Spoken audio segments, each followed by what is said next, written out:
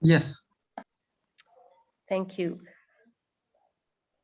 All right, so we are live on YouTube, and we hope that many other students are able to join us, and also friends of the various organizations that are behind this webinar series. We invite you and welcome you to today's Global Compact for Migration webinar topic on dignified returns and reintegration. That's GCM Objective number 21.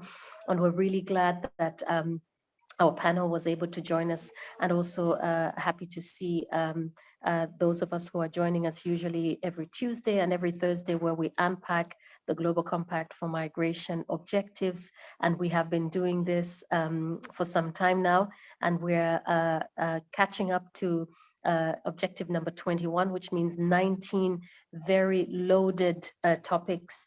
A lot of issues have been unpacked in the last 20 webinars that we have held, with the last one just having taken place on Tuesday, where we were looking at remittances, but we've touched on many other aspects, looking at social cohesion, for instance, issues around inclusion of migrants. We've also touched on vulnerabilities. Data was another interesting one, alternatives to detention, and also just touching on many other issues in terms of integrated border management, for instance, and also being able to interact with this particular space, or interact with this particular topic that we have today on dignified returns and reintegration. We managed to almost divert, I think, the discussion that we had on diaspora contributions to talk about what it means for returns. So the diaspora, or the migrants, particularly labor migrants, that are seen as heroes, that are seen as at the front lines of providing livelihoods and lifelines, not just for their families, communities, but also being able to contribute to economic growth. We do understand that at some point or another return happens, and today we would like to dive into this objective coined as part of the GCM. We know that it's non-binding. The agreement is non-binding, but a lot of countries have signed up to it, so it has legitimacy in terms of implementation. There's a wide range of actions, I think, that are outlined in the GCM text. But for today, let's read out just the commitment that countries made to cooperate in facilitating safe and dignified return and readmission, as well as sustainable reintegration. And the compact text reads that we commit to facilitate and cooperate for safe and dignified return, and to guarantee due process, individual assessment, and effective remedy by upholding the prohibition of collective expulsion and of returning migrants where there is a real and foreseeable risk of death, torture, and other cruel, inhuman, and degrading treatment or punishment, or irreparable harm, in accordance with our obligations under the international human rights law. We further commit to ensure that our nationals are duly received and readmitted in full respect for human rights to return to one's own country, and the obligation of states to readmit its own nationals. We also commit to create conducive conditions for personal safety, economic empowerment, inclusion, and social cohesion in communities, in order to ensure that the reintegration of migrants upon return to their countries of origin is sustainable. So that's the commitment text. And to deliberate on the issue of dignified return and sustainable reintegration, we have an able panel. We've got Sujiva Lal Dahanaki, who's an attorney at law and a national coordinator for the Lawyers Beyond Borders in Sri Lanka. We have Gilles Alps, who's a senior researcher with the Human Rights Center at the Ghent University, based out of Belgium. And we have Malam Bomonga, who's the head and migration management unit at the International Organization for Migration, based in Ethiopia. To our panelists, we're glad that you're here to join us, and very nice to see your lively faces. I hope the sun is shining on your side as it is here for me in Kosovo. really delighted that you're here with us. And in the interest of time, we will put Malambo on the spot. And just, as I introduce Malambo, who's a senior program coordinator at the UN Migration Agency, the International Organization for Migration. And there he's also the coordinator of the UN Network on Migration in Ethiopia at the United Nations. And we'll be hearing a lot more from his vast experience in the space of migration management as the head of the unit in the Ethiopia office, but also from the extensive work that IOM does, not only holding the Secretariat pen to the Global Compact for Migration, but doing a lot of work on the ground in various countries, in field offices, but also at the regional level in coordinating returns and reintegration programs. So a huge responsibility that they have taken on as a task, at the UN Migration Agency, but also providing a lot of support to governments on what returns and reintegration should look like according to international commitments beyond the GCM, but looking also at sustainable development and counting migrants as an important part of that cohort that needs to be taken care of,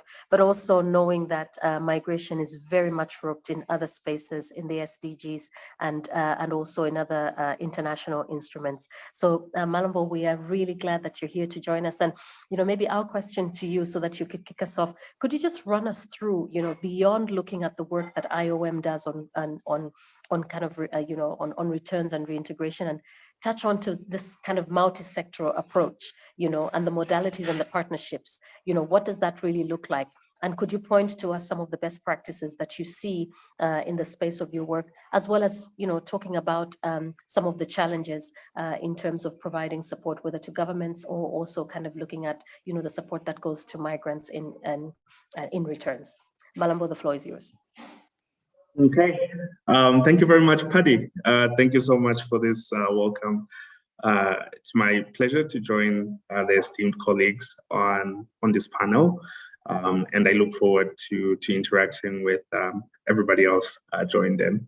So once again, thank you so much, and thank you for that introduction as well. I must admit, I've never heard my job and my role being contextualized that broadly and that ambitiously. So thank you very much for that. Much appreciated. And thank you for allowing me to go first. I think one obvious fact about migration wasn't evident before is that migration cannot be understood as a linear process anymore, right? A linear process that begins with somebody emigrating, and a process that ends with somebody, permanently staying in the country of destination. Rather, it's an increasingly multi-directional process. People emigrate, people partially settle, people remigrate, or move through a variety of modalities. That mobility is facilitated by a variety of actors. So really, this understanding of migration as, a linear process is I think, outdated. And, return and reintegration is right in the middle of this complexity, right? Migrants' needs for reintegration assistance, migrants' need for facilitation of safe migration, the mobility that people need to, realize their ambitions or flee persecution, etc., is also similarly complex and similarly a process that involves a variety of actors, a variety of processes, a variety of possibilities, but also a variety of risks. It's not a process that applies to all categories of migrants or people on the move equally. Various intervening factors such as the profile of migrants, etc., shape migration outcomes and migration experiences. And I think this understanding of the complexity of migration, I think, is something that is now fully integrated into global migration governance. I think most recently through the adoption of the New York Declaration for Refugees and Migrants, but also the adoption of the Global Compact on Migration, which, as you rightly pointed out, Paddy, despite being non-binding, is nonetheless a representation of firm commitments among countries that are signatory to it, that they will govern migration in an environment that fosters the human rights of migrants and seeks to mobilize migration for development, and then governs migration in this multi-sectoral, multi-partnership manner, reflecting the complexity of the mobilities we're talking about, and the multiple actors that are involved in the process. So when we talk about return and reintegration and what needs to be done about it, I think that in my opinion, and I'm not here as the IOM spokesperson, so let me put that proviso, but I think in my professional estimation is that I think it's really important for us to focus on conditions that determine safe and conducive environments for return, sustainability of reintegration, and the role that reintegration plays in supporting attainment of the Sustainable Development Goals. Because I think we have to understand migration as not a failure of development, as was previously the norm, but a potential accelerator for sustainable development and attainment of the 2030 agenda. So this situation of return and reintegration in the context of the Sustainable Development Goals quickly raises the importance of partnerships and cooperation among a multiplicity of relevant actors and stakeholders. And we all know that partnerships and cooperation are the cornerstones of the sustainable, of the 2030 agenda. So having established the importance of this multi-level, cross-sectoral, multi-actor partnerships to migration governance, some of the modalities for the partnerships that IOM fosters includes involvement, I think, at multiple levels of partnerships and sort of multi-stakeholder engagement. So at the multilateral level, for instance, IOM convenes, facilitates, and supports platforms such as the regional consultative processes on migration, which are these dialogue processes within regional groupings that bring together countries to either informally or formally make decisions on how to govern mobility within their regions. And then we also support interregional partnerships, again, through the RCPs, but also through dedicated interregional migration partnerships, such as the Khartoum process, which is a partnership between EU member states and, in our case, countries in Eastern Horn of Africa region.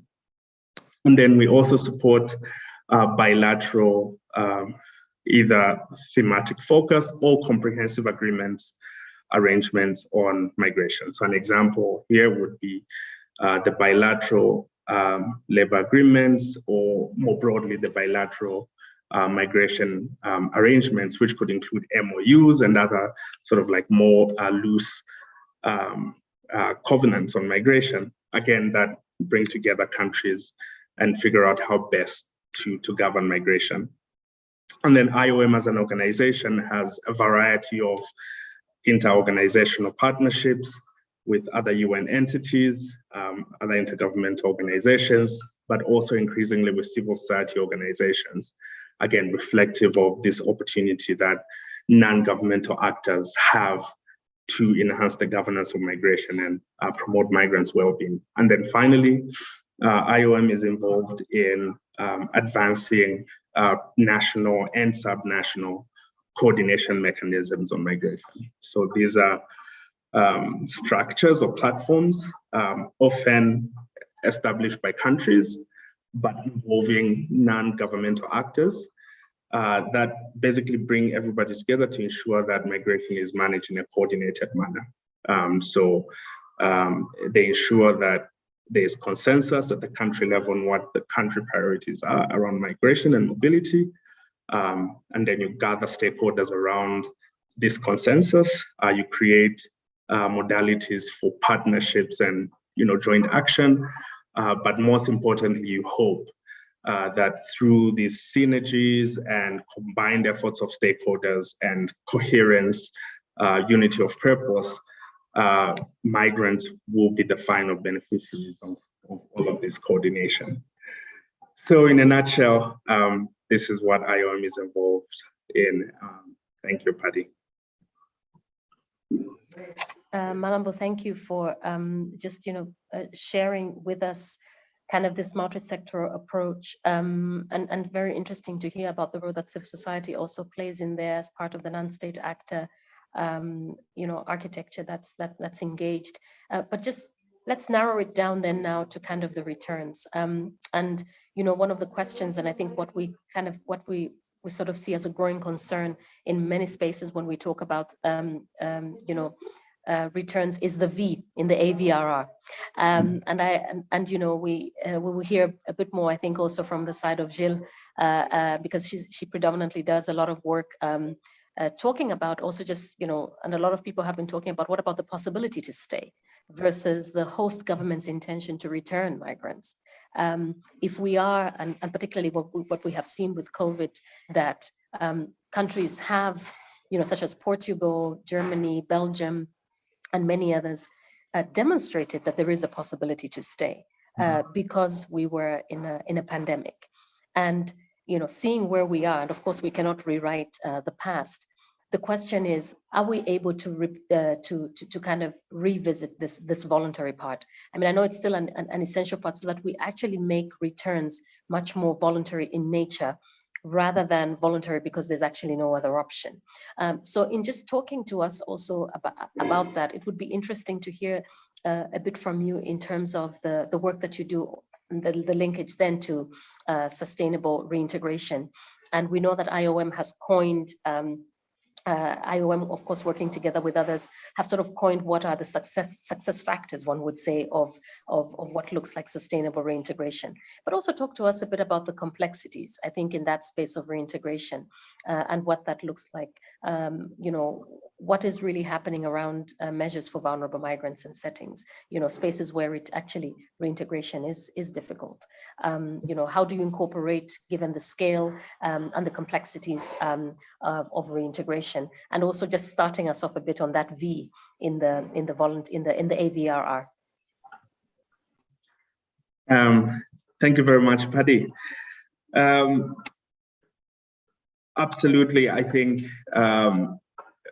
our AVR programming cannot be discussed without a discussion around the possibility to stay. I think the discussion will be to one side and sort of like superficial, because there are instances, of course, where either migrants do not want to go back home or cannot go back home, or it's just not conducive to go back home, or they're not able to make that decision in a manner that is informed and reflective of their actual true intentions.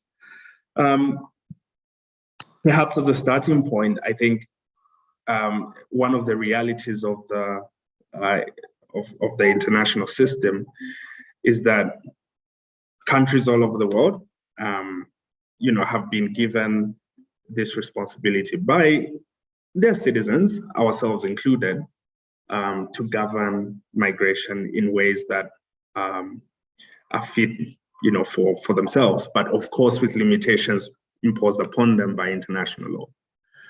But nonetheless, we still live in a governance space where management of borders, entry and exit, is still primarily the preserve of the state.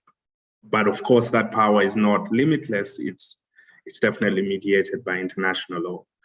So what we try to do as IOM is all our return and assistance work has to be voluntary. And this is important because I think it is one of the ways in which we aim to ensure that the human rights and the protection of migrants are central to any return assistance work that we do. This is important not just because it's an international law and a humanitarian principle issue, but it's also just the realities of the migrants that we deal with.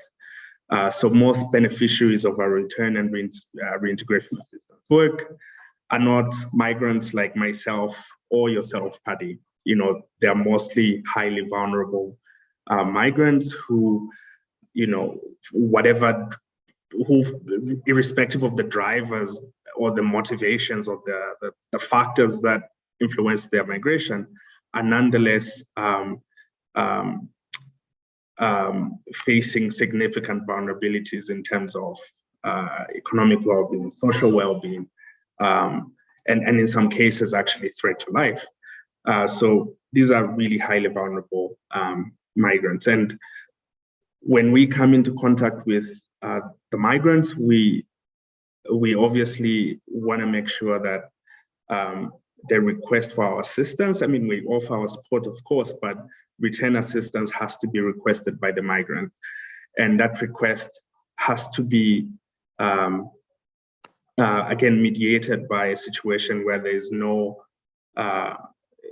information gap. The migrant has to know fully well what the situation of return is in their home country, and what kind of prospects they will face, and what kind of assistance or none they will receive upon arrival back home.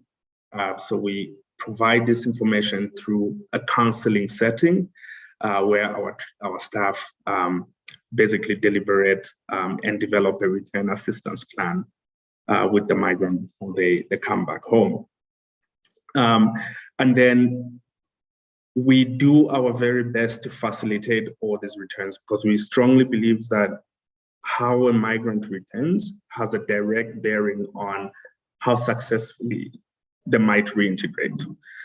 Granted, a lot of the factors that influence the success of reintegration are beyond the sphere of influence of an individual. There are community factors, there are structural factors, of course. But how you begin the process of returning somebody is just as important as how you support their reintegration and how sustainable that reintegration is. So there's definitely a lot of importance still to FVR programming. But again, FVR programming obviously should not be understood in a vacuum. That is why we support or extend reintegration assistance to not just migrants whose return we facilitate, but also migrants who return through deportation that IOM is obviously not involved in the sense that we do not participate in the movement, the deportation process. But nonetheless, we recognize the vulnerability of a lot of migrants who are deported. And in the case of Ethiopia, for instance, we have been in the midst of large-scale deportations of Ethiopians from the Kingdom of Saudi Arabia, and close to 500,000 people have been deported since 2017. And the vast majority of these migrants are highly vulnerable. Maybe one last point I will make on this is, of course, IOM, does not return in all contexts. So irrespective of the migrants' wishes, there are instances where we are unable, due to our constitution and just the requirements of international law to facilitate people's return. So we cannot return people to countries which are deemed to be unsafe. So we do not do returns to Syria and Libya and Yemen, but also parts of Ethiopia, for instance. northern Ethiopia, where there has been an active conflict. And in situations like those, we do our best in close, collaboration with, governments in transit and host countries, IOM missions, civil society organizations, etc., to provide as much assistance as we can, but also advocate for alternatives to return.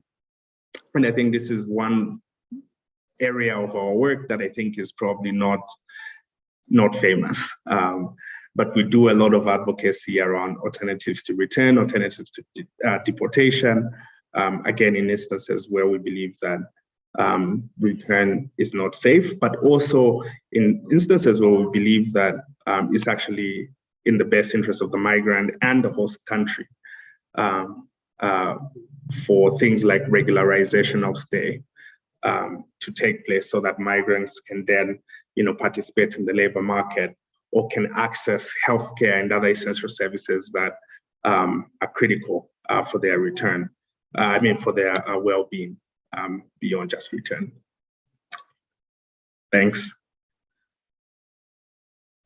Thank you for that. I think it's been very interesting to hear sort of how vulnerabilities are being addressed, but of course the complexities is something that we have to unpack from one space to another. Even though in the space of migration governance and migration management, I know that we have moved a lot from that kind of thinking where we don't sort of look at migration to be managed, but I think states still want to manage migration. We always talk about this kind of whole of society, whole of government approach. And in some spaces, we're actually finding that it's probably a whole of central government approach that's taking center stage, even rather than what you have as, some of the initiatives that are coming at the subnational, but also interesting to hear about kind of the alternatives. And we'll be hearing more about it even from the other panelists, but sort of just to bring back as a challenge to you, and we can come back to this question.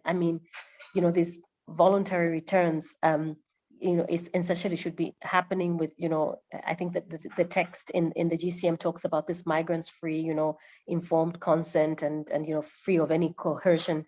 And of course, these are very big legal terms. And yet when we see the environments maybe in which they're in, we're talking about migrants who are coming, for instance, spaces in transit. When we think about migrants, for instance, that are in Libya, when we think about migrants in Niger, and I'm picking just a few examples, migrants that were on their way and kind of find themselves stranded in Yemen.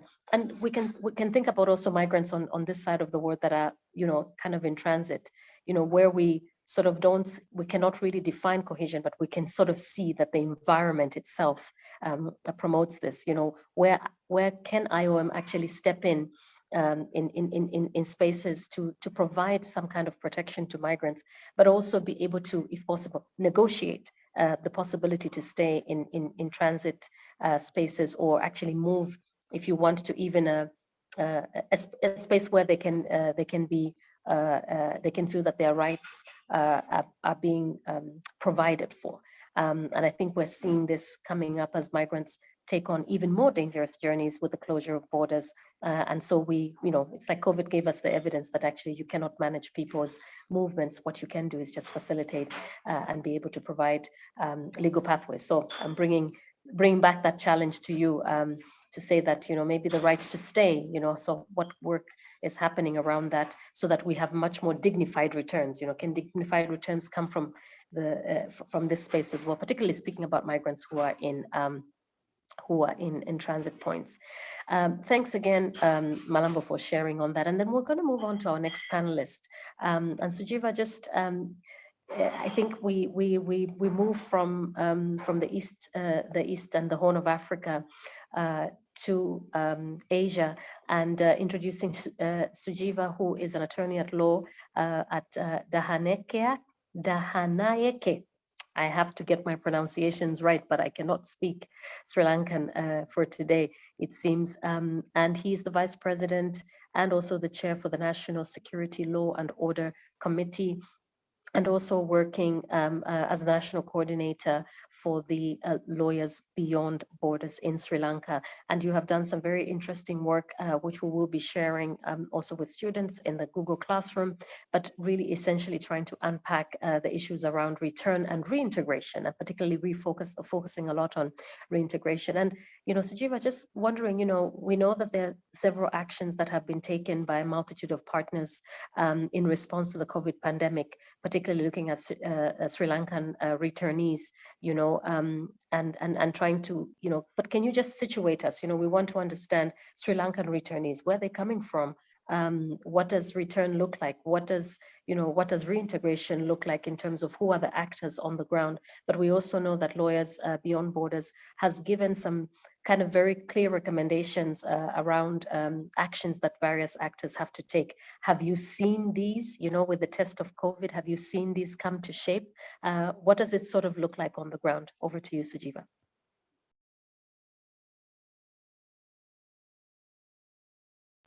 Can you hear me? Can you hear me? Yes, please go ahead.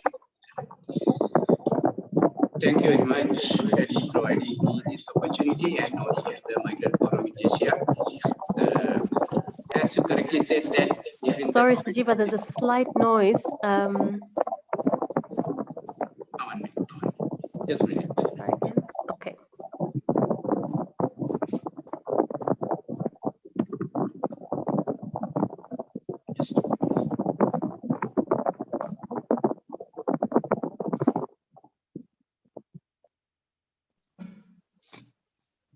Okay, that's much better. We can hear that the noise has been cancelled out, but Sorry. Welcome back.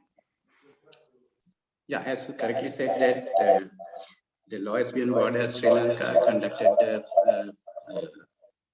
so there's an echo.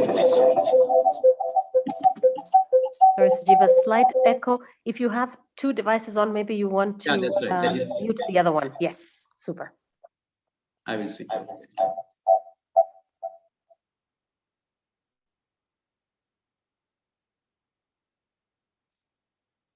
Okay. Oh, it's okay, no? Right? Okay. Yeah. As you said that COVID-19 inflicted destruction worldwide in 2020. And the pandemic has affected the most vulnerable migrants and segments of the societies and communities, in particular the migrant workers all over. In Sri Lanka, migrant workers are an integral part of its economy. Their remittance traditionally accounting for the second largest share of the country's foreign exchange earnings after merchandise exports. So their remittance also, and after the COVID-19 outbreak and difficulties, a sizable proportion of migrants look forward to a safe return home. As soon as Sri Lanka closed its borders to control the influx of COVID-19 patients, hundreds of thousands of Sri Lankans living or were stranded abroad, especially those in the Gulf countries, also called on the Sri Lankan government to repatriate them. The aim of the research of LBB Sri Lanka, Lawyers Beyond Borders Sri Lanka, is to analyze the process of repatriation of the migrants from Gulf countries during the COVID-19 pandemic. The research used, both quantitative and qualitative methods to collect data from 100 randomly selected respondents from 5 districts, which districts are high rate of labor migrants who repatriated during the COVID-19 from those Gulf countries. 80% of the migrants had repatriated due to COVID-19, and among them, some have lost their jobs due to close of their workplace, or the employer has asked them to leave. The first phase analyzes the repatriation process while in the countries of destination, and the support from the employer and the diplomatic mission in their respective destination countries during the COVID-19. And also, what kind of support they received and how they survived this pandemic until they returned. The second phase analyzes the repatriation process when preparing to leave the countries of destination. The experience based on the cost of the air ticket, the facilities given during the quarantine, the charges and non-charges for PCR, quarantine charges for the hotels, etc. The third phase analyzes the measures taken by the government and agencies to facilitate post-repatriation, the current status of the migrants who return, and also their future expectation. While all economies are struggling to face COVID-19 related challenges and manage the situation with minimum negative impact, employers and governments are searching for ways to protect these workers. Nevertheless, migrant workers are a special group of employees which is often not covered by the general protective measures extended by employers and governments in the countries of destination. Due to COVID-19, Sri Lanka began repatriating citizens stranded abroad from April 2020. As of April 2021, 110,000 Sri Lankans have been repatriated from different parts of the world. Out of them, about 70,000 of them repatriated from Middle East countries.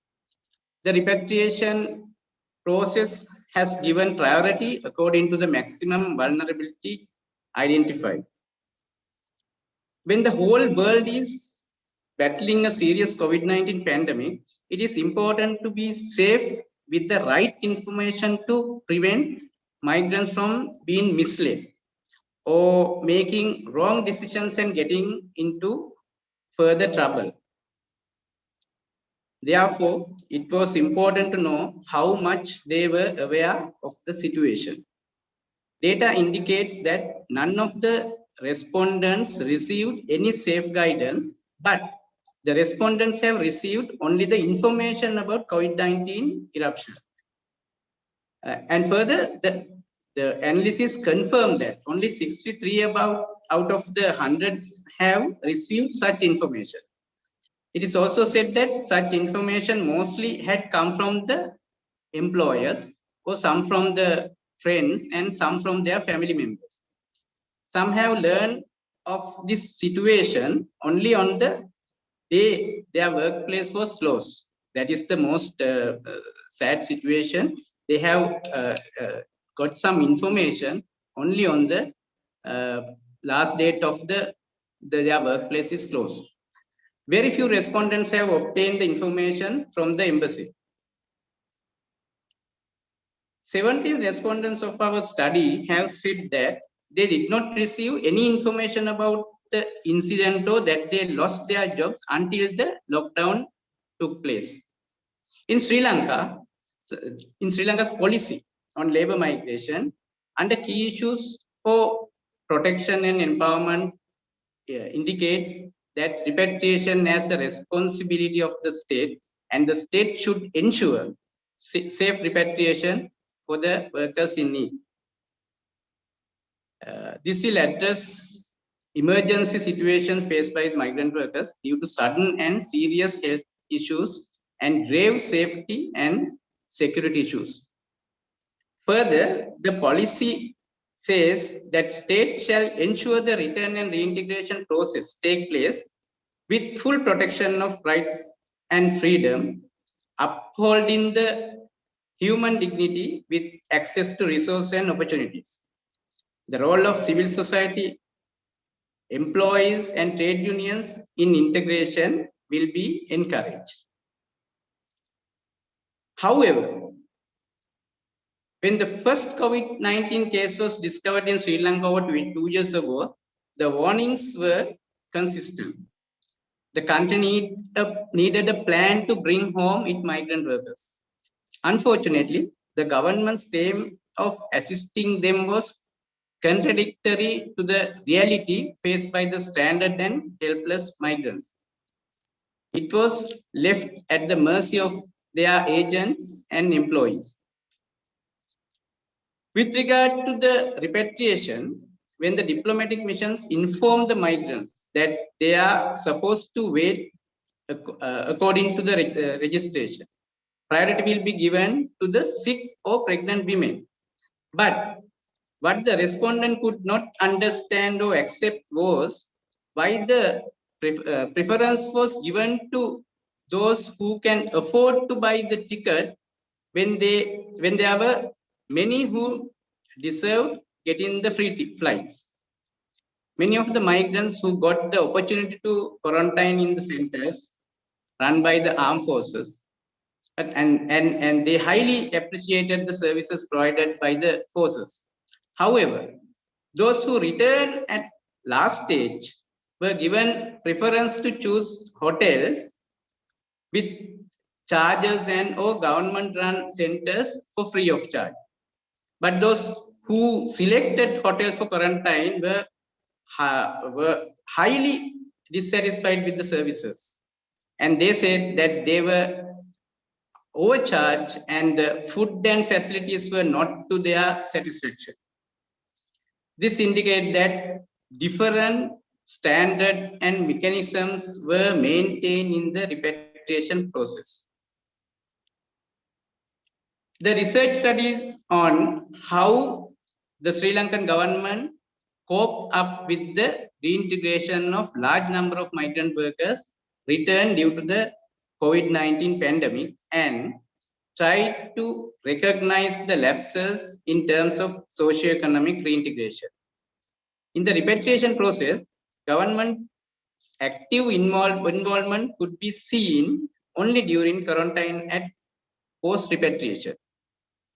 Once the migrant was released from quarantine centers and sent home based on their health issues, they were monitored by the public health officers. According to the findings, both our qualitative and quantitative research revealed that 99% migrants were happy that they got the opportunity to reach home. But 90% of the respondents were worried about their family, economy, and the future. The migrants who were forced to return empty-handed after losing their job, not receive salary or any other payment. Sri Lankan diplomatic missions had no interest in paying attention to the issues or failed to settle these issues with host governments. Finding further shows that 40% of migrants had paid for the return flights out of their own savings or by getting some money from the families. Families at home had struggled to find whatever funds to finance the return of the family members in the absence of government assistance. Some migrants were worried that they were unable to pay their debts. In addition, they have other debts as well. Research findings indicated that 40% of the migrants have been looking for job abroad since they have had no other option. When looking at social integration, 75% migrants had been traumatized due to the isolation by neighbors, friends, and relatives. But the COVID-19 has completely changed or demolished such rich cultures of the society because they were isolated by the neighbors and villagers as they realized that the migrant workers who had come from the destination countries will spread out the disease. Therefore, migrants were not only isolated, but also they had no one to listen to their grievances. None of the repatriation phases had counselors to listen to the grievances of the migrants. That is the sad part of it. Despite the sudden return and unsolved problems, the ongoing isolation and helplessness could have led migrants to serious psychological illness. With regard to the economic situation of the migrants, the government should have a concrete plan for the migrants who return due to the COVID-19. Even if the government is unable to fulfill everything, it could also share some of the responsibility with non-governmental organizations and international non-governmental organizations, especially with the support of such organizations working in the grassroots level. The findings indicated that 22 out of 100 migrants required support for self-employment. Their requirement was mainly for funds, but in the long run, funds alone may not be sufficient in sustaining their economy. Therefore, it is important to provide guidance, skill, and knowledge in addition to the monitoring and follow-ups to sustain their self-employment. For some, introducing to network of the similar work and finding markets for their products would be some additional support they would require. The government could take this as an opportunity to create a sustainable reintegration program for the migrant workers, as the government has endorsed the Global Compact on Migration for safe, orderly, and regular migration. The Objective 21 of GCM states that, I will read it, the state party shall facilitate the sustainable reintegration of returning migrants into community life by providing them with equal protection and services, justice, psychosocial assistance, employment opportunities, and decent work. On the other hand, if the government could take this situation as a turning point to improve the policy and structure that may encourage the migrants who are already frustrated with the migration and repatriation process to reconsider with new hope of remigration. It is also important to remember that migrants who feel confident and comfortable migrating only through safe migration process. Therefore, this should also help reduce the increase in unemployment issues. In general, it is the responsibility of the government to take care of health, safety, and other needs of the citizens of the country. In such a background, it is sad to learn about the plight of Sri Lankan migrant workers who were considered as making significant contribution to the Sri Lankan economy, but currently lost their jobs and face with great hardships. The COVID-19 pandemic seems to make them most vulnerable than ever. As Sri Lankan citizens, all migrants should deserve to get the services provided by the Sri Lankan government. Therefore, it is the responsibility of the Sri Lankan government to take care of all its citizens in the event of pandemics such as COVID-19. In this situation, government could consider to get the assistance from recruitment agencies to collect proper data and other information regarding the migrants. If the agencies gave their collaboration to the government to help the migrants, the repatriation process would have been much smoother. However, the research finding shows that agencies had less than 1% involvement in the repatriation process. On the other hand, due to the existing illegal migration, getting the support of the agents for data could be important, as illegal migrants could be more vulnerable and neglected. I think we made some of the recommendation in this regard to the government, and I will make a couple of them and conclude my presentation. One is, government should provide necessary protection for returning migrants and their families and prepare them for effective social integration. Secondly, special focus on returning women migrant workers and breadwinners of the families, prioritized to enhance their skills for better socio-economic reintegration.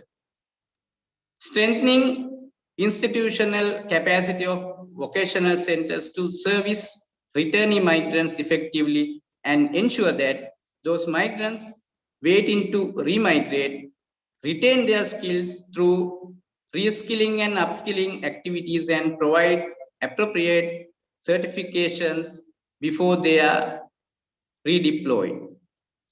Contact their employers and find out about the availability of the same employment opportunities through the diplomatic missions. If above employment opportunities are still available, plan out a rapid deployment plan without losing that opportunity. Or if above employment opportunity is no longer available, explore other possibilities with more flexible to hire that same migrant worker. And finally, final recommendation is create a systematic approach to collect, record, achieve, and retrieve information of migrant workers at district and national level. Those are the recommendations during our study we found with our return and repatriated migrant workers during the COVID pandemic situation. Over to you, Paddy.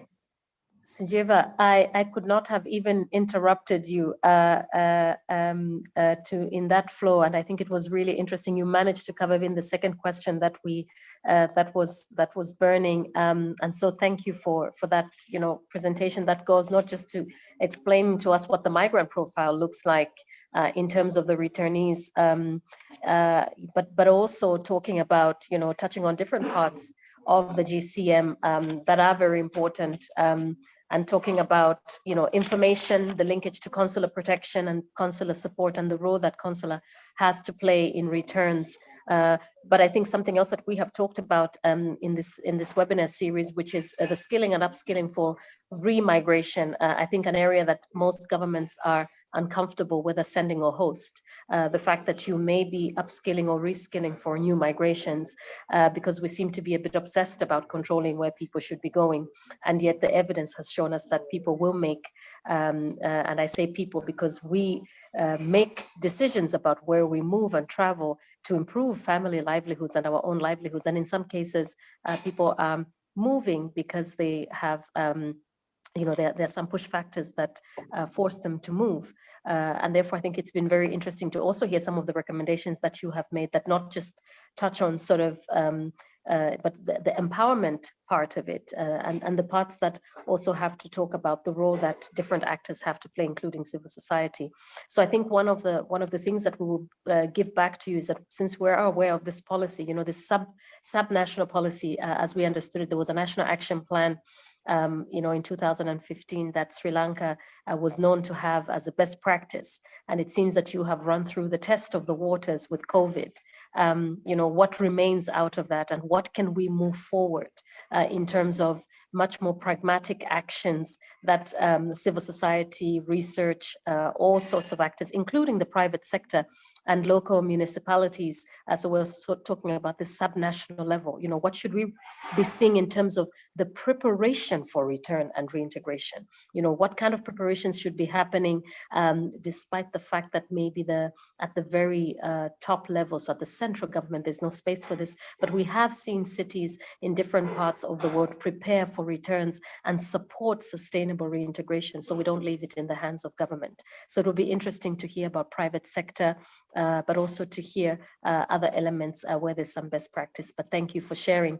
And we move on to our next panelist, and we take a bit of a turn because Gilles wears a special hat as a researcher. I couldn't say, she's based in Belgium, but actually sitting right now in Lebanon, and has ventured and traveled, working around different interests. And so Gilles, as an introduction, is with the Human Rights Center at the Ghent University, and her research focuses on international human rights lawyers in brokering evidence pushbacks from European borders. And there is a book project that will be coming out of that, and we'll be sharing some of the links to some of the important work that Gilles has done. Gilles has a PhD in political anthropology from the University of Amsterdam and development studies masters from Sciences Po Paris, and a BA in international history and politics from the University of Sheffield.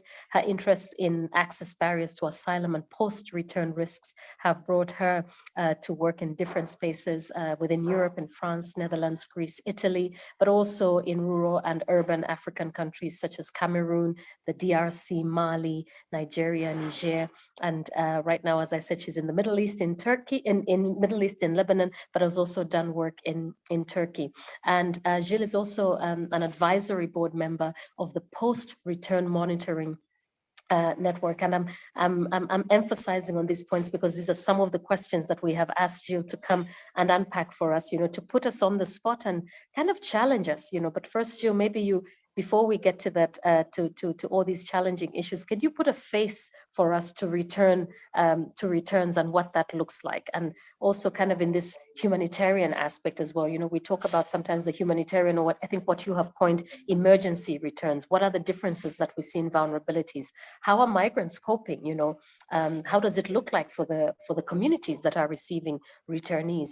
And we know you've done interesting work in Cameroon and in other spaces, and also in DRC, on sort of these risks around the post deportation and what that looks like. But just unpacking some of these things and putting a human face to it. Gilles, the floor is yours.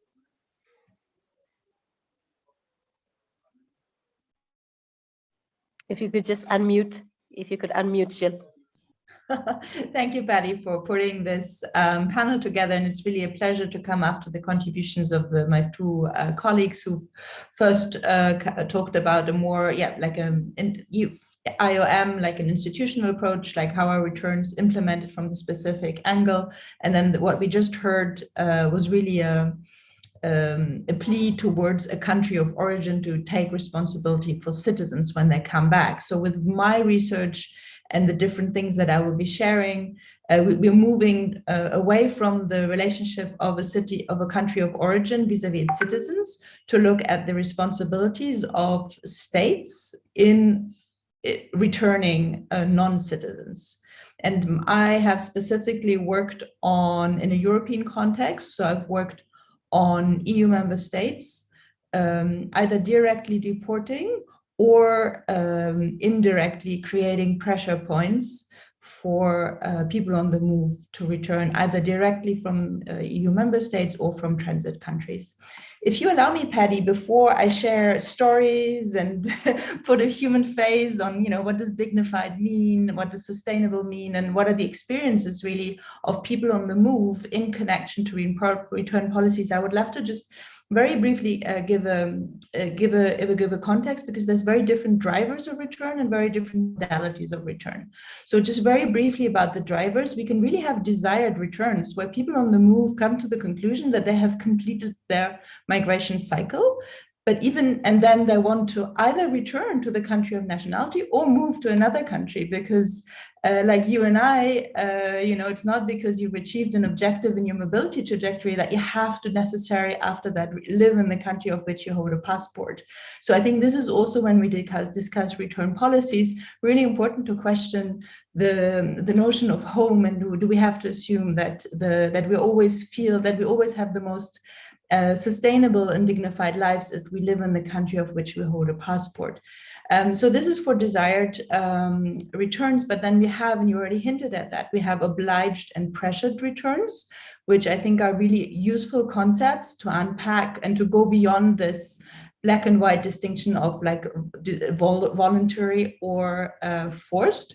So we can have obliged or pressured returns, for example, when people on the move don't have residence permits, when there are incentives from states in terms of cash payments, or when people on the move take decisions about a return in a condition of detention. And I think then in these contexts, although they might tick the box and say this is voluntary, we have to take into consideration the context. And that's why I think it's really helpful to work with the notion of obliged and pressured returns. And then, of course, we have the forced returns, which legally, are called readmissions, which cannot take place in any context. They have to respect, human rights frameworks such as the right to family life, or protection from inhumane and degrading treatment.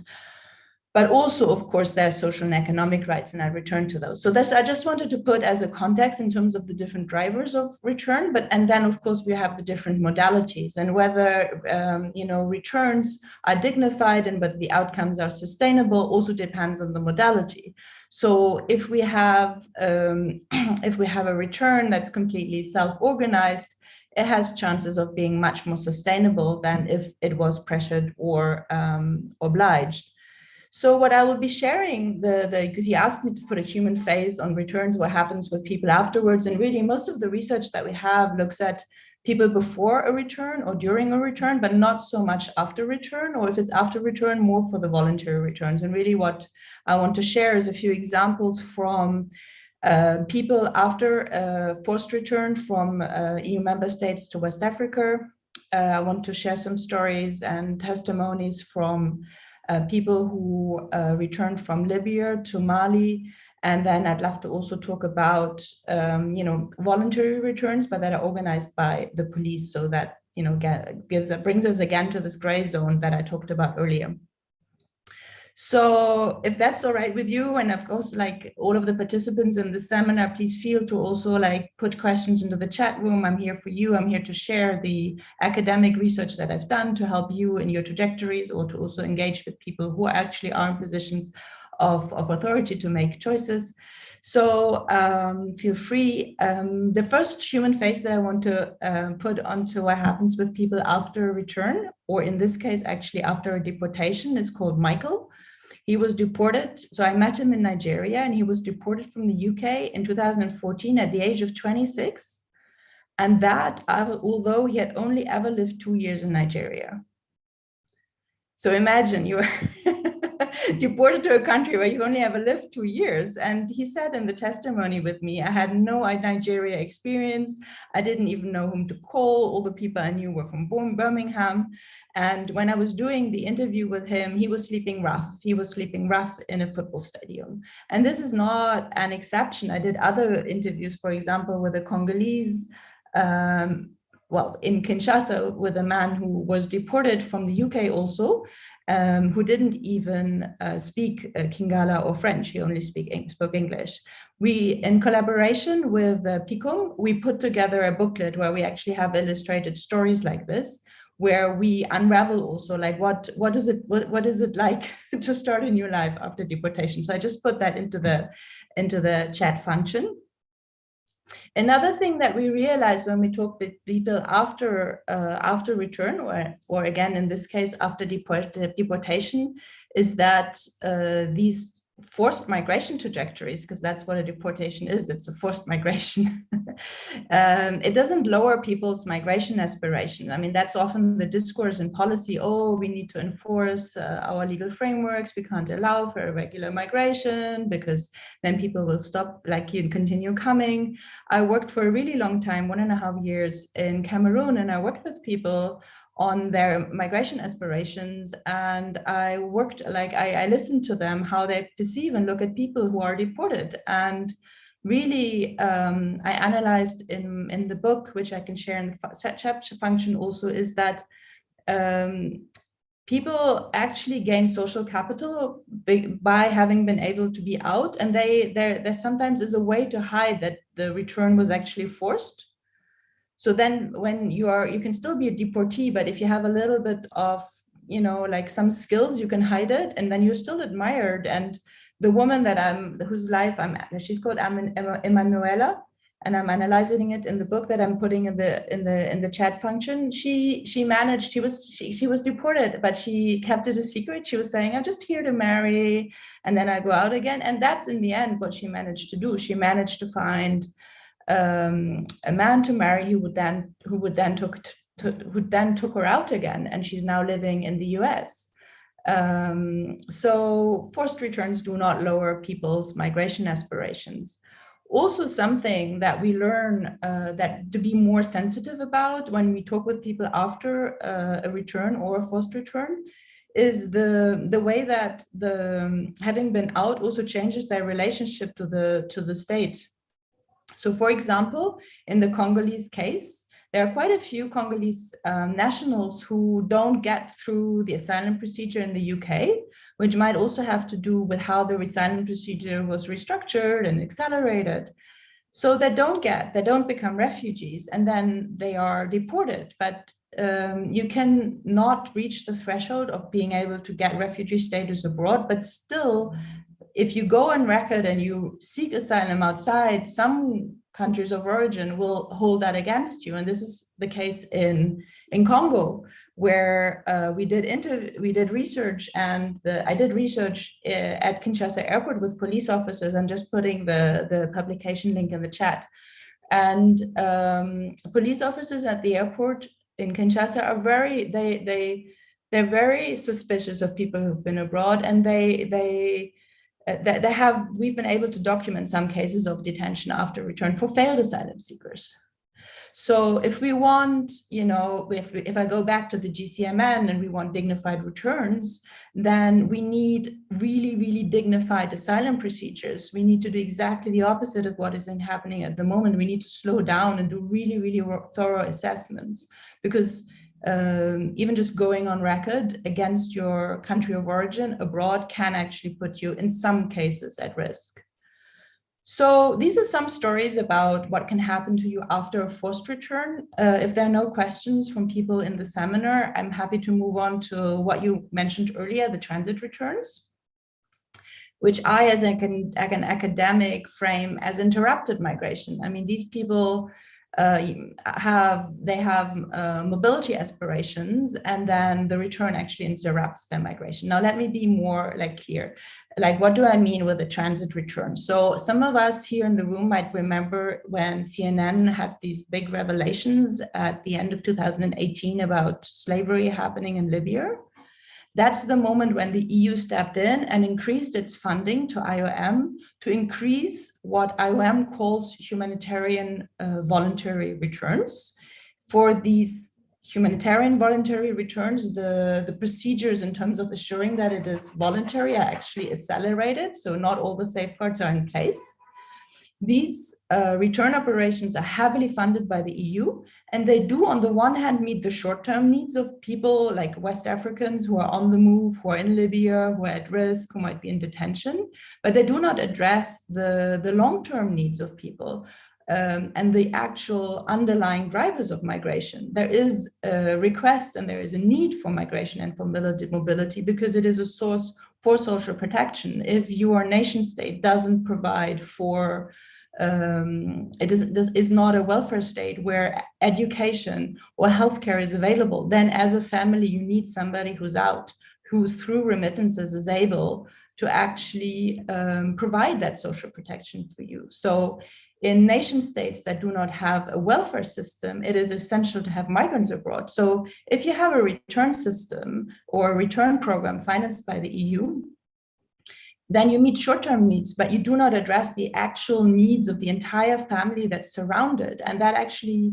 goes also, that's actually also true for the reintegration support, which targets the individual. It's support for the individual to set up this or that business. Does the support for the individual actually meet the needs of the entire family that comes with the individual? So in that context, I'm happy to, anyway, let me backpedal one step. I was saying these transit returns, they meet short-term needs. And it's actually interesting that IOM talks about assisting migrants in need to return to their country of origin. But in the interviews that I did with people after these transit returns, they talked about deportations. I'm not saying that there are deportations, but I'm saying that we need to listen to people and take seriously the language that we use.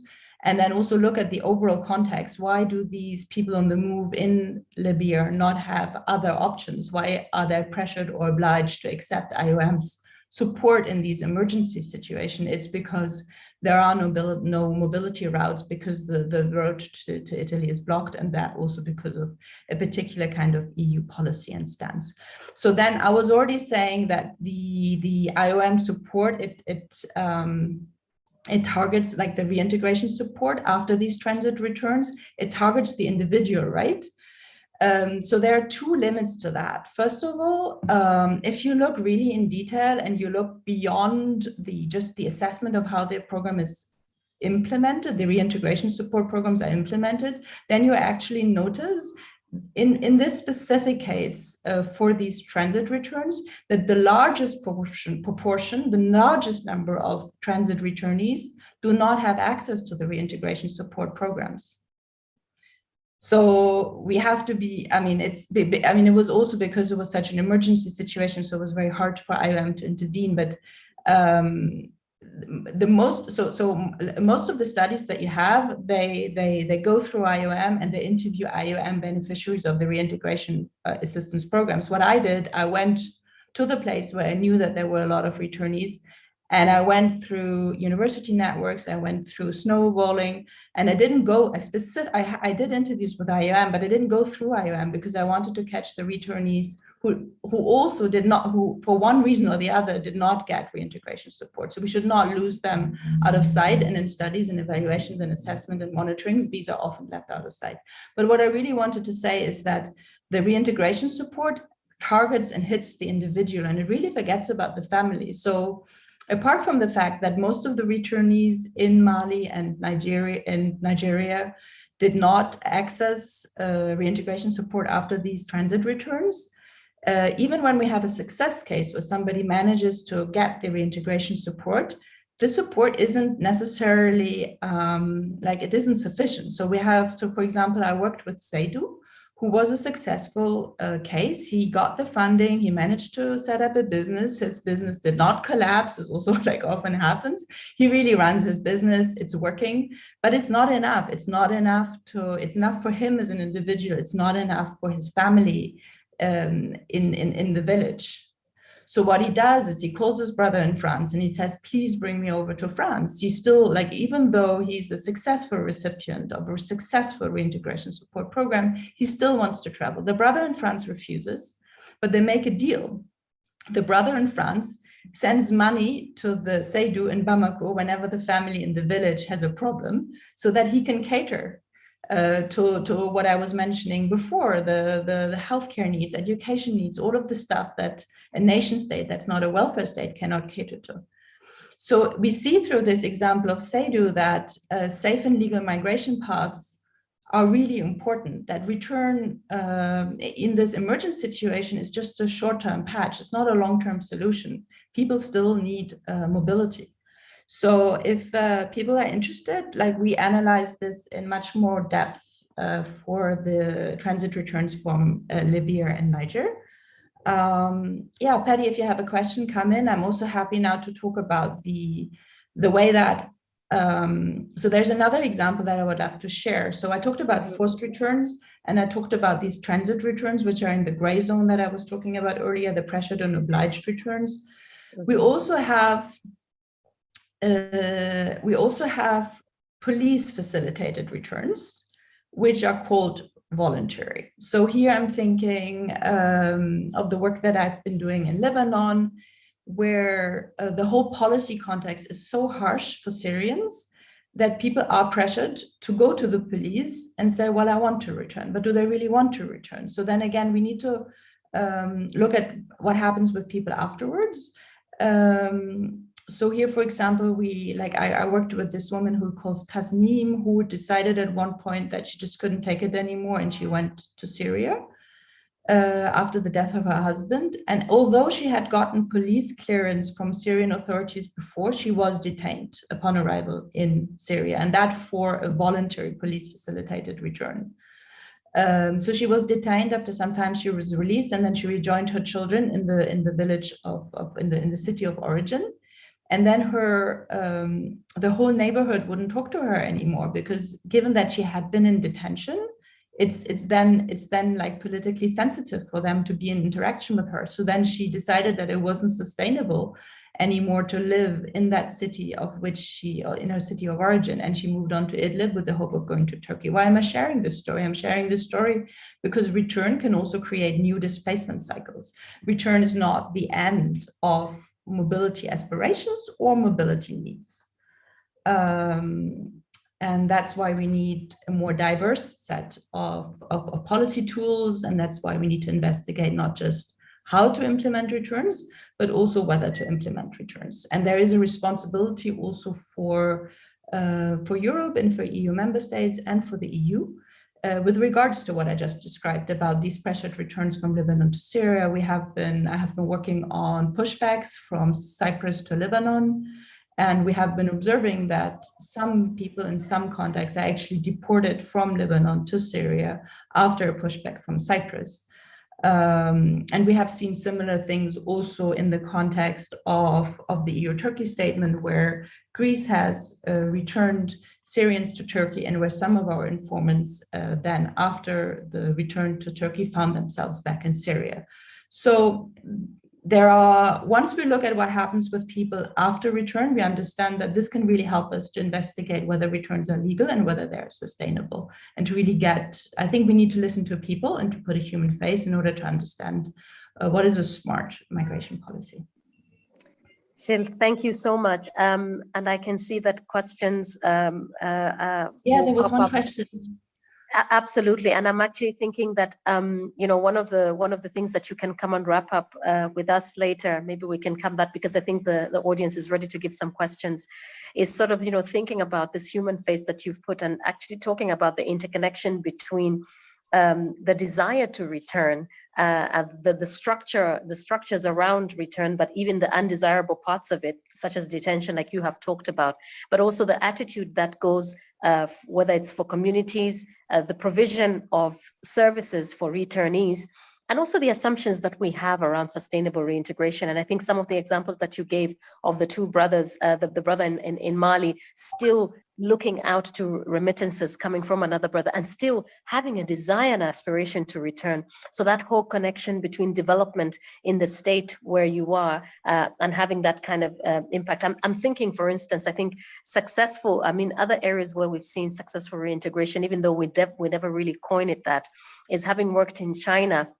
In the 70s, a lot, there was a big, you wouldn't call it an exodus because it wasn't that big, but a lot of Chinese left out and ventured to study, to read, to understand sort of, what's happening out there. And then there've been some flows of returns, and that has looked very differently, I think, when we think about the picture that returns has painted.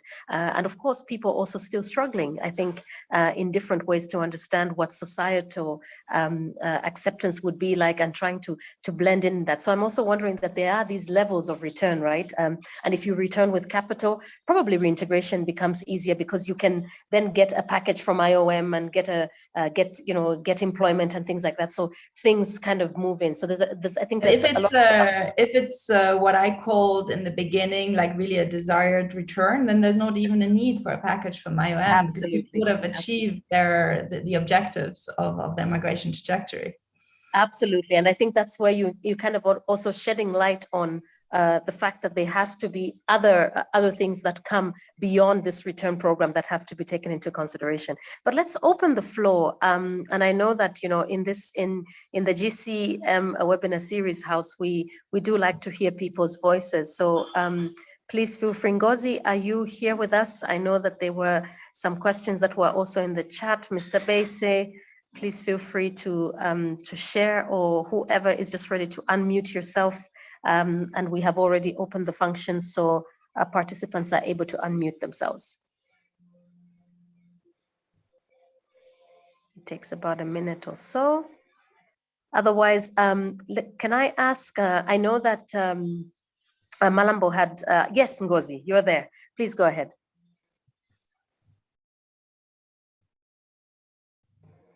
Go ahead, Ngozi.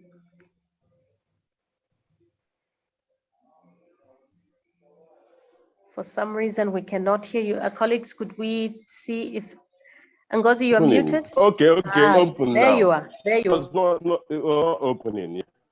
So yeah, I think in places like Lebanon that has fragmented government, whereby even landowners and landlords, apart from government in the central and the regional government, have a say in the lives of migrants. So how does IOM work, or any agency involved in return of migrants work in that situation? Miss Abs can also answer if she can, or Mr. Malambo. And what are the major concerns of the conference where you work with? The major concerns are EU policy for that readmission and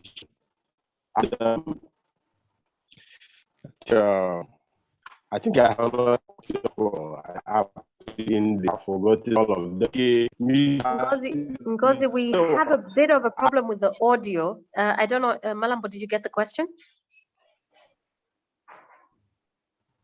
I think I got parts of it, but also Ngozi had his question written down in the chat.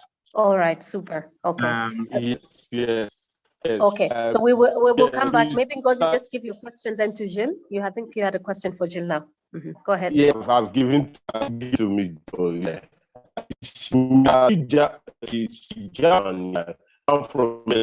I don't do the special variations in your studies, not only temporal variation, you can tell it about the special variation and ethnic variation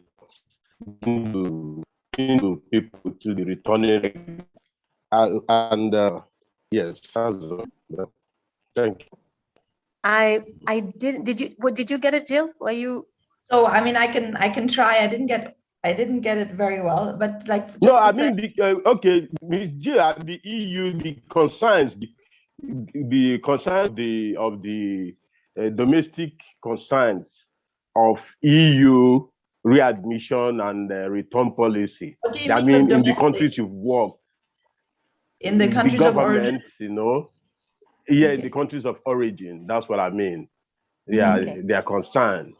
Like in Nigeria, where you've worked, in Cameroon, where you've worked, what are their concerns? Yeah.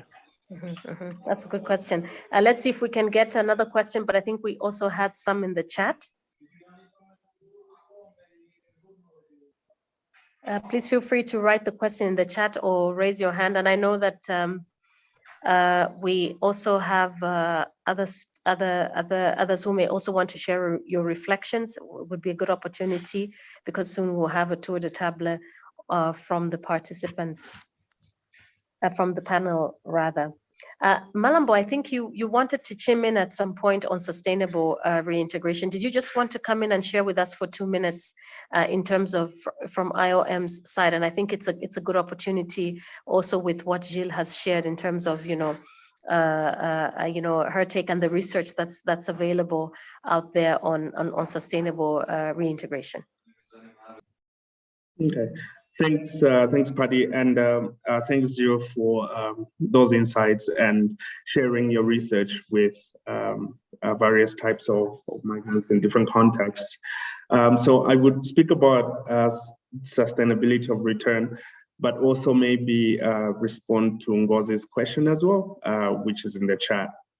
I think Ngozi wanted to know about the sort of like the workings of determination of voluntariness of return and whether states can actually determine when return is voluntary. And also he asked about how IOM how IOM works with, I guess, authorities in maybe transit or destination countries that are problematic, so to speak. So on the issue of voluntariness of return, IOM has as part of the UN system, and particularly in collaboration with OHCHR, the Human Rights Commissioner, has identified like the key principles that guide our AVR work and ensure that migrants' rights are central to this process. So we have itemized 7 principles that are key to the work that we do, not just in policy, but also when directly supporting migrants. So voluntariness is one. Like I mentioned earlier, through a counseling process, achieving the consent, the informed consent of the migrant. But also, that's not considered in a vacuum. We assess that in contrast to issues such as the best interest of the migrant. So even though the migrant might say they want to go back home, they want to return, is returning their best interest. So we look at the individual circumstances of the migrant. So for instance, if you're a migrant with significant health needs that cannot be addressed in your country of origin where you want to return, then return is not advisable in that situation, because you're actually going back to a situation where you'd be placed in greater harm than you possibly are. So then the approach then in situations like that is not to facilitate return, but try to find solutions, either where the migrant is, or if return is effected, can we support the migrant to receive the healthcare that they need? Safety is another important principle, both personal safety, but also societal safety, so to speak. So like I mentioned, conflict is one of the most important considerations, but also specific vulnerabilities. So for instance, if we come across somebody who it turns out during our counseling process is a victim of trafficking, then return to their community of origin where the trafficking was initiated is not advisable. It's actually us doing more harm than good. So in a situation like that, we reassess and determine the most important option, and not the most feasible and sort of like rights-based option. Sustainability of reintegration is a principle that's becoming increasingly important for IOM. And maybe this will also give me an opportunity to sort of respond to part of what you say about some of our work. IOM's understanding of reintegration has evolved. So previously, we focused a lot on supporting the individual to sort of reintegrate and thrive in their country of origin. And so then in that understanding, the support given to them was mainly and almost solely economic. So you get startup capital to start your business with the hope that the business sustains you and therefore your circumstances change. But of course, we came to realize very quickly that this approach is not sustainable because one, businesses will fail, and many businesses will fail because the factors in the community that are needed for a business to succeed are not there in most communities of origin, or the family circumstances that surround the migrant do not give them the opportunity to thrive. So for instance, if you're a female returnee who's gone back to a community where women are discouraged from going into business, your business will not succeed. So there are factors beyond you as an individual at family and community level that determine whether your integration will be sustainable or not. So all of these lessons forced us to re-examine the work that we do. And we then, came up with the concept of sustainability of reintegration and defined it in a way that that places the emphasis on economic self-sufficiency, social stability within the community of origin, psychosocial well-being of the migrant that allows the person to cope with the drivers of remigration. And then we went further and said, sustainability of reintegration should not be understood as a mechanism through which migration should be stopped. So reintegration is actually sustainable if migrants migrate as a choice rather than the only option they have to cope with negative drivers of migration in their communities, in their families, etc. So reintegration is actually sustainable and can be sustainable when people acquire the means, the possibilities, the knowledge, the information, the capabilities to actually migrate in a way that is, regular and in a way that is protective. But to achieve all of this, it becomes very clear that our interventions cannot purely target the individual. We can absolutely address individual vulnerabilities in assessing how best to support the returnee.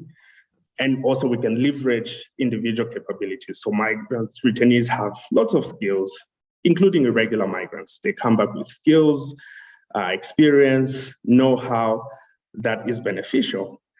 So we can leverage all of that to design interventions, but we also have to look at relevant factors at community and at structural level.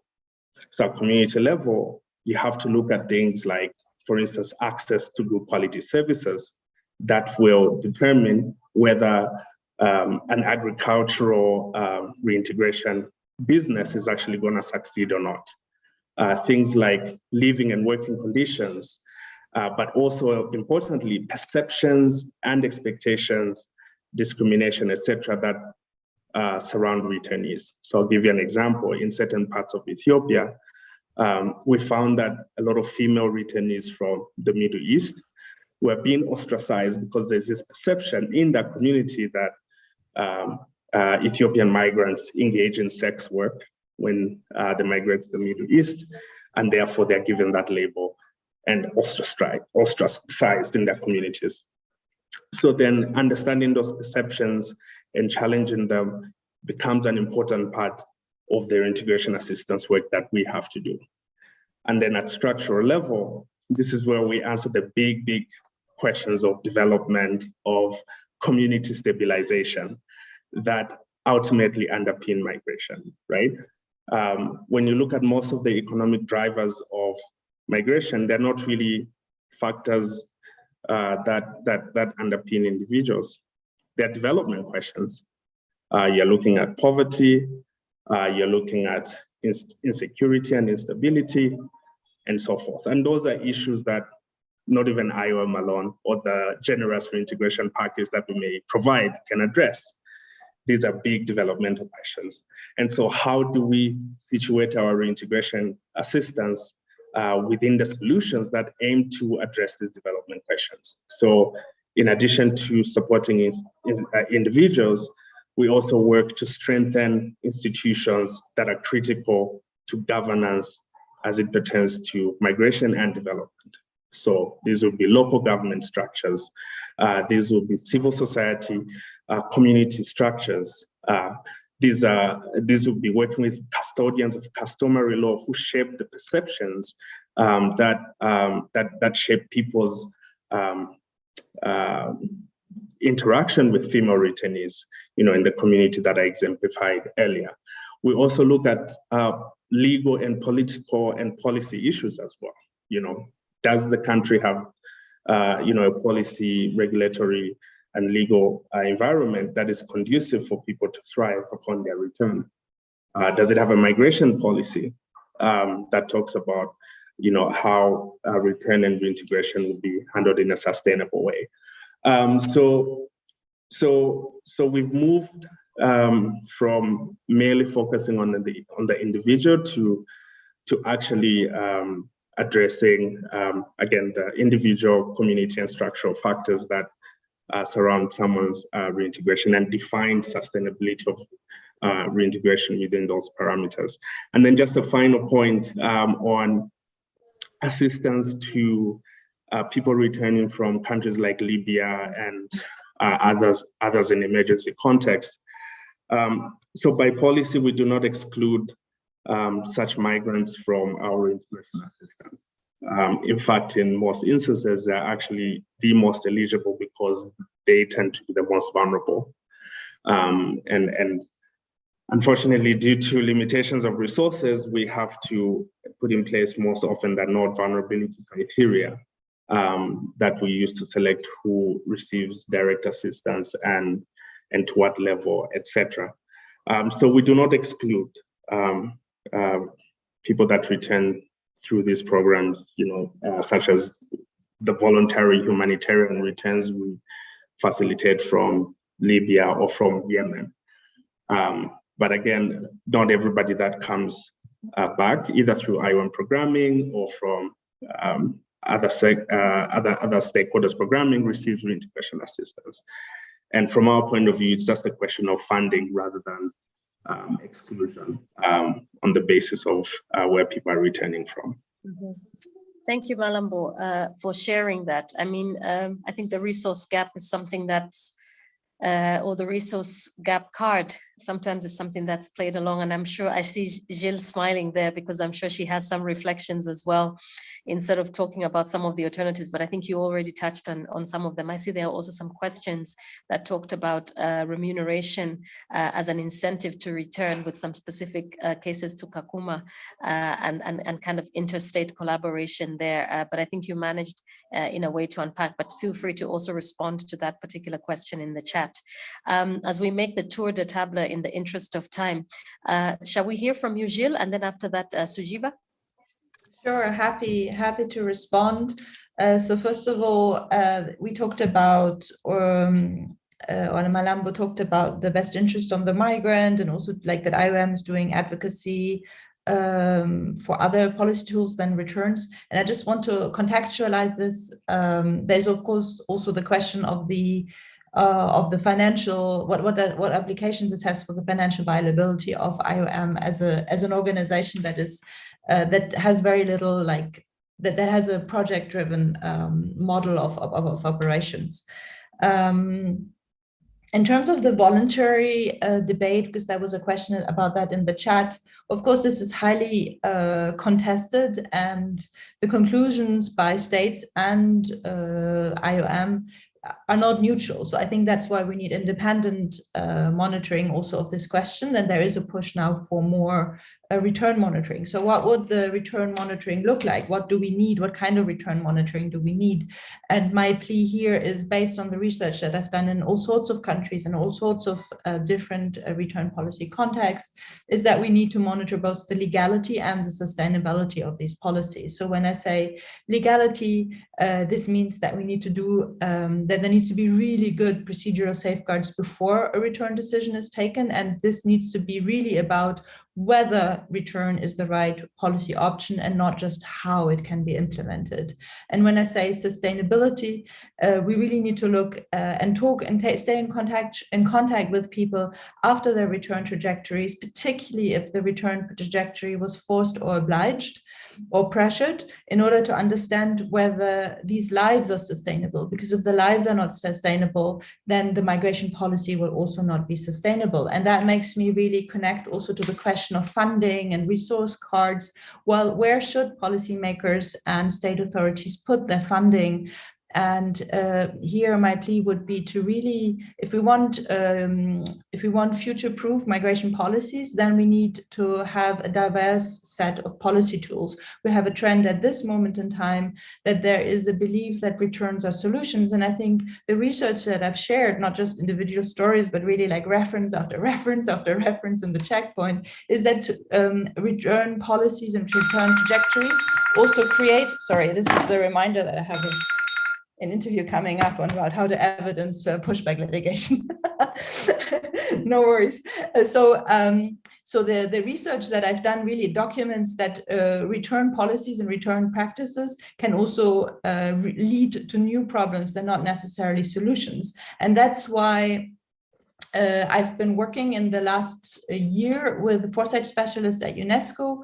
We've done some works with refugees and migrants, and we've actually observed that if we look at the whole field of migration policies, migration and foresight, then we can observe that mostly it is states organizations that work on foresight. So the kind of future modeling that we have is very state-driven. So as an academic researcher, I've taken it on me to push this collaboration and to really work with migrants and refugees and to see how we can make them more futures literate. Because if we have futures literate migrants and refugees, and also futures literate human rights defenders, then I think we can engage in smarter conversations also with policymakers. So in this line, I'm organizing a induction call tomorrow with foresight specialists where we're inviting human rights defenders. We're organizing in the big run like a futures literacy lab on border justice, but tomorrow I have a little bit of a taster on what foresight specialists can do for those who work in European borders and who want to bring truth and justice to the next level. So if that's of interest, I can share that in the chat also. So, absolutely. Yeah. No, thanks. Please do share that link in the chat, particularly for participants that are working in that area, or those who have an interest as well. I think we can kind of read up and see.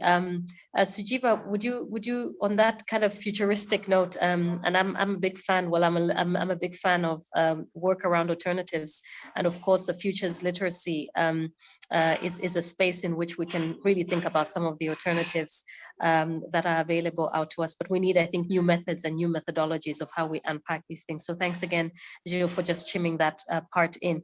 Sujiva, do you want to share some reflections as we wrap up? Yeah, thank you very much, Fadi. Now, you know that currently, especially the countries of origin in this region, the South Asia region, facing huge financial crises at the moment. Especially the Sri Lankan country. Sri Lanka is also facing a huge financial crisis. So therefore, now the returnees and the returnees are facing a big problems, because we know that returnees who had come to Sri Lanka after facing for the COVID pandemic situation, and they were not received their salaries or earnings, and they were facing for the wage theft, and also they lost their job opportunities and sometimes forced return to the country. Therefore, the reintegration part in this end in our countries now it is a big issue and much complicated issues, not less. So therefore, even though we have a very good sub policy on return and reintegration, so this is the high time to revisit that sub policy, and we have to think about the new methodologies, how to look after the return migrant workers and their families left behind, and how we can, what are the areas to find out new methods to find out for integration period. And also we need to discuss in high level discussions with the Abu Dhabi dialogue and Colombo process, and we need to develop the dialogue with them to find out new opportunities in the labor receiving countries. And because one part of our reintegration process is now different, and we have to send our people, most of our people are now thinking of remigration, as they are unable to find out jobs in the private sector as well as the self-employment, because we are in a huge financial crisis in Sri Lanka, because the country is depending on the remittance of the migrant workers and also from tourism. Both sectors are now affected due to the COVID pandemic, and people are unable to, especially the breadwinners are not in a position to look after their families, and therefore, so we have to have a different kind of discussion with the authorities and the regional level, with, as I mentioned, the Colombo process and Abu Dhabi dialogue, and find out new methods and solutions. And also we have to revisit the bilateral agreements we had with the countries of destination, and look into the new avenues for the migrants. Otherwise, we have a big issue on the face of the returnees and when we talk about the reintegration matters. Thank you. Absolutely. Thank you, Sujiva, for bringing in that part. Indeed, returns is I think COVID just gave us a flavor of what that would be like, and preparation is key. And I think revisiting some of the policies that have existed pre-COVID has given us, COVID has given us that opportunity to really look and see where if we want to see, transformative change, or if we want to see an impact of the policies, we would need to kind of take different approaches and be very kind of bold and open-minded to some different actors also coming on board. But just to say again, thank you to all the panelists that have joined us here today. I think we've managed to unpack a wide range of issues today. Thank you to all the participants that joined us. Many different things that we have talked about in this sort of ecosystem of, trying to promote dignified and see sustainable reintegration, dignified returns, and visualize much more sustainable reintegration on the ground, what that looks like. And we can see that it's not a one size fits all, even for the same communities of migrants coming back, or the same individuals coming back, and even between looking at unpacking not just the profiles of migrants but the profiles of communities, understanding what return looks like, and having a human face to it. But I think we've also had an opportunity to look at some of the important structures that are there, and to unpack some of the difficulties that we have and the challenges that we need to address in these structures, whether it's at central level, international, or even indeed at the sub-national level. It's also been very interesting to hear some of the partnerships that we need to encourage, and also to understand that not one partner can manage this, and therefore collaboration remains essentially important. A dialogue needs to remain open for old actors, new actors, and even those who bring in fresh and new alternatives, but more importantly, that it's centering it back again to what the migrants, what the migrants desire in terms of return, and what success looks like in terms of sustainable reintegration from their eyes, but also from the eyes of the communities that they return to. So with that and many other things that we've managed to unpack today, I'd like to say thank you again to our panelists, to Malambo, to Gilles, and Sujiva for joining us today. Thank you to our students and to all the friends of the 4 organizations that are sitting and organizing the certificate program, but also that are instrumental in many other avenues in terms of pushing different issues on migration governance and diaspora engagement under the GCM webinar series. Just to say that next week we are back again on Tuesday, and we will be unpacking social protection, so GCM 22, and we will have our last objective discussion next Thursday, and then we continue on with kind of trying to look at the global compact in the space of other compacts, but also understanding what is happening in the different regions. So we still have at least 4 to go before we close. But again, thank you for your dedication and time in joining us. To the panelists, thank you. The participants, thank you very much. Mr. Bese, nice to see you. We missed your question, but I'm sure we can always have it later and pass it on to our panelists. Thanks again, and have a good morning, a good afternoon.